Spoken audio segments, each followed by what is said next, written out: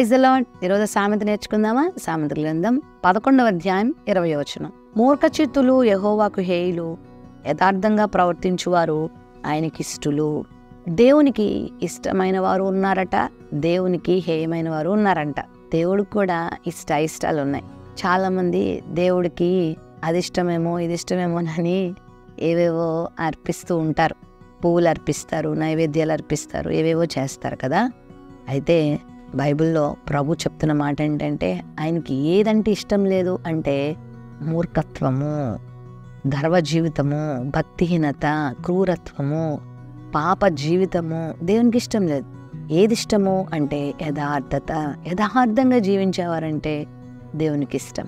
నువ్వు బలులు అర్పించడం కన్నా, క్రొవ్విన దూడలు అర్పించడం కన్నా, వేలాది నదులంత విస్తార తైలం ప్రభు దగ్గర తెచ్చే కన్నా, పొట్టేళ్ళను తెచ్చే కన్నా, మరి ఏవేవో అర్పణలు ప్రభువుకి అర్పించే కన్నా ప్రభు నీలో కోరేది ఏంటంటే యథార్థత.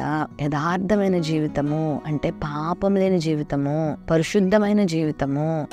దేవుడు ఎలాంటి వాడో నువ్వు కూడా దేవ స్వభావంలో పాలి భాగం కలిగి ఉండడమే యథార్థమైన జీవితం అంటే. మరి దేవుడు చెప్పినట్లుగా మనల్ని ఉండనివ్వకుండా చేసేది పాపం. ఈ లోకం పాపముతో నిండిపోయి మనల్ని ఆకర్షిస్తూ ఉంటుంది.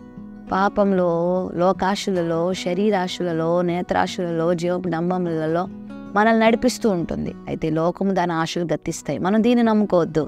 దేవుని నమ్మాలి, దేవుని మాటను నమ్మాలి, యథార్థంగా జీవించాలి. నీ కాలేజ్లో, నీ కుటుంబంలో, నువ్వు ఉన్న ప్రాంతంలో, నువ్వు ఎక్కడ అడుగు పెడితే అక్కడ, నువ్వు ఎక్కడుంటే అక్కడ దేవునికి ఇష్టంగా జీవించాలి. అంటే యథార్థంగా జీవించాలి, నమ్మకంగా జీవించాలి, పరిశుద్ధంగా జీవించాలి. బైబిల్లో చాలా మంది ఆ విధంగా జీవించారు కదా. యోసేపు ఒక అన్య దేశంలో ఉన్నప్పటికీ కూడా యథార్థంగా జీవించాడు. యోబు యథార్థంగా జీవించాడంట. మరి యోధా రాజుల్లో కొంతమంది గురించి ప్రభువారు రాయించారు, వీరు యథార్థంగా జీవించారని. మరి నువ్వు కూడా యథార్థంగా జీవిస్తావా? యథార్థంగా జీవించేవారంటే దేవునికి ఇష్టం. మూర్ఖులుగా లోకాన్ని వెంబడిస్తూ లోకాన్ని ఆశించేవారంటే దేవునికి ఇష్టం ఉండదు. వారు దేవునికి హేయులుగా ఉంటారు. యథార్థ ప్రవర్తన కలిగిన వారు దేవునికి ఇష్టలుగా ఉంటారు.